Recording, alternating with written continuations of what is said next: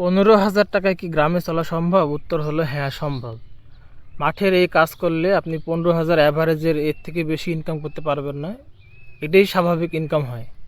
এখন এই ইনকামে আপনাদের কাছে মনে হতে পারে চলবে না, কিন্তু চলবে যদি আপনি সুস্থভাবে ঠিক মতন করেন, মানে সঠিক নিয়মে যদি করেন। আপনি যদি বেপরোয়া কাজ করেন তাহলে আর হবে না। অবুদ্ধিমান নির্বোধের মতন কাজ করলে আপনি চলতে পারবেন না।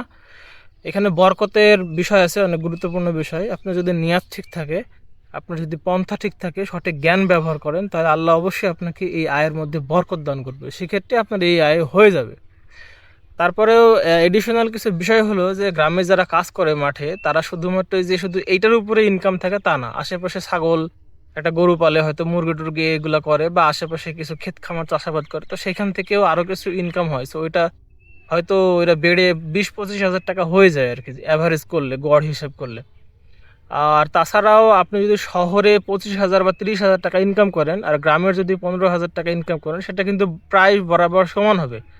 কারণ হলো, শহরে বাসা ভাড়া দিতে, যানবাহনের খরচ, মেডিসিন খরচ বা এই ধরনের আনুষঙ্গিক এক্সট্রা যে সকল খরচ আছে, সেই সকল খরচ ডিডাকশন করতে হতে, বাদ দিতে দিতে হয়তো 14-15 হাজার টাকা বাদ হয়ে যায়। তো ওইটা কিন্তু গ্রামে আপনার এই খরচটা নেই। আপনি নিজের বাসায় থাকছেন, ইলেকট্রিসিটিও খুব কম ব্যবহার হয়, খুব বেশি ব্যবহার হয় না। তারপর আপনার রান্না করার জন্য আলাদা কোনো খরচ নাই। আপনার ঘুরতে যাওয়ার বিষয় তো গ্রামে খুব একটা মানে বেশি না, খুব কম। তো এই ধরনের আনুষঙ্গিক যে সকল খরচগুলি আছে, আবার আপনি সবজি, অনেকেই আছে, ম্যাক্সিমামই আছে যারা আশেপাশে সবজি টবজি চাষাবাদ করে, শাকসবজি লাগায়, সেগুলাই খায়। মানে খাবারের দিকের অনেক বিষয় কিন্তু এখানে সেফটি বিষয় আছে।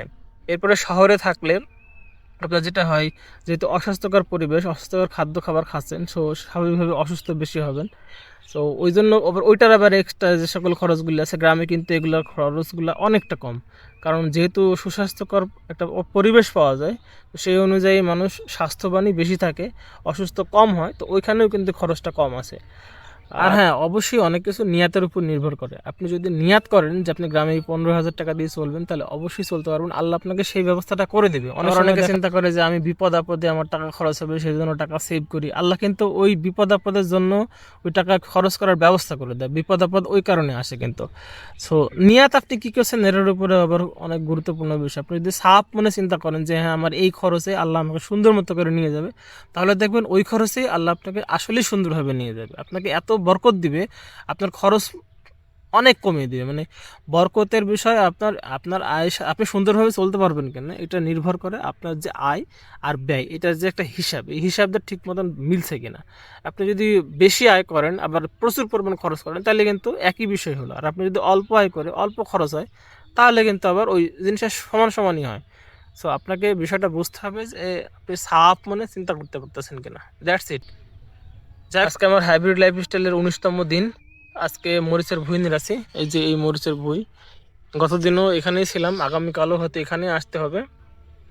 ইনফরমেশন দিতেই থাকবো। লাইক কমেন্ট শেয়ার করেন, অবশ্যই জানতে পারবেন অনেক কিছু। আল্লাহ হাফিজ।